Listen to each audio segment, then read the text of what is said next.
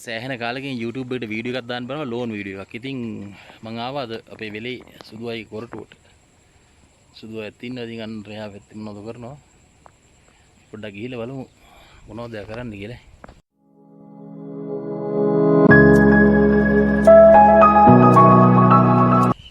මෙතන දින මෑකරල් පොඩි කාලේ මේ චූටිම කාලේ මෑකරල් පොඩි කාලේ මෑකරල් තාම බට්ටෝ මේ මල් වැටෙනවා සමහර මල්.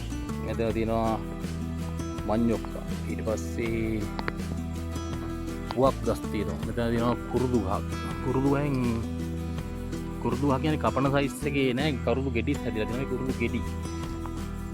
ඉතින් කුරුදු මල් වෙන්න ඕන. ගෙඩිද මල් ගන්න හරියට මම දන්නේ නැහැ මේ වීඩියෝ කරාට. ඉතින් මෙතන ඉන්නවා මේ ඔයාලා නම දන්නෝ නම් කියන්න යාගේ මොකද්ද කියලා. ලස්සනයි පරිසරයට අවශ්‍ය කට්ටිය. අදන දින පුවක් කියන පුවක් තියෙන රටපුවක්. ඉතින් ඔය හැබැයි තියෙනවා ගත්තාම රස්ලබු ගහක් තියෙනවා. පීලි දන්නේ නැහැ රස්ලබු ගහ. ඉතින් ඔක්කොම තියෙන මෙතන මුරුංග ගහක් තියෙනවා. ඉතින් මුරුංග පොළ මුරුංග ගහක් තියෙනවා. ඊට පස්සේ අපි ඉස්සරහට මොනවද තව තියෙන කියලා බලන්න. ඊට පස්සේ මෙතන යද්දි අපිට සෙට් වෙනවා බණ්ඩක් අය හොදා මේ බණ්ඩක්ක දැන් රතු බණ්ඩක්ක ගත්තා මේ දාලා තියෙන දුවයිය. ඉතින් ස්පෙෂලි ඉතින් මේ මාර පොට් එක තියෙන පේනවනේ වීගු එක කොහොමද කියලා. මේ කන්ද තියෙනවා මේ පැත්තිනුත් උතම කන්ද තියෙනවා.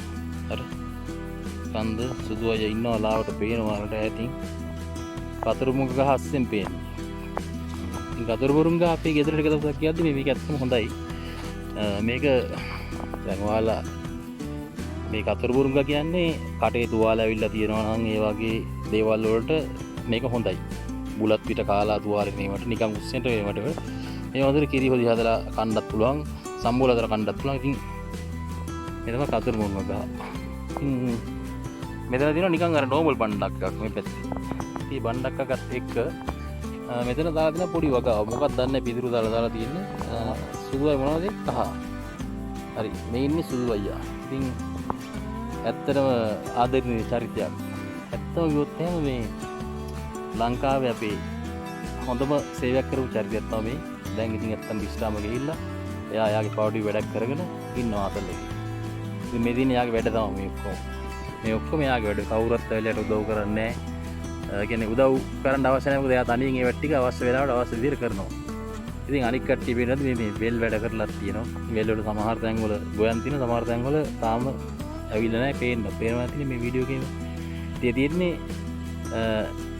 ඇත්තම ගොවි මහත්තයෙක්ගේ වැඩ පිළිවෙල තමයි මේ තියෙන්නේ. එනේ දැන් මේ එයාට වෙනම ලින්දක් තියෙනවා. බැරි වෙලා හරි වැස්සේ නැත්තම් එයා මේ ලින්දෙන් මේ වැඩේ කරගන්නවා. ඉතින් ඒක තමයි ඇත්ත තත්ත්වේ. බලන්න අපේ විවේක කොහොමද කියලා. කන්ද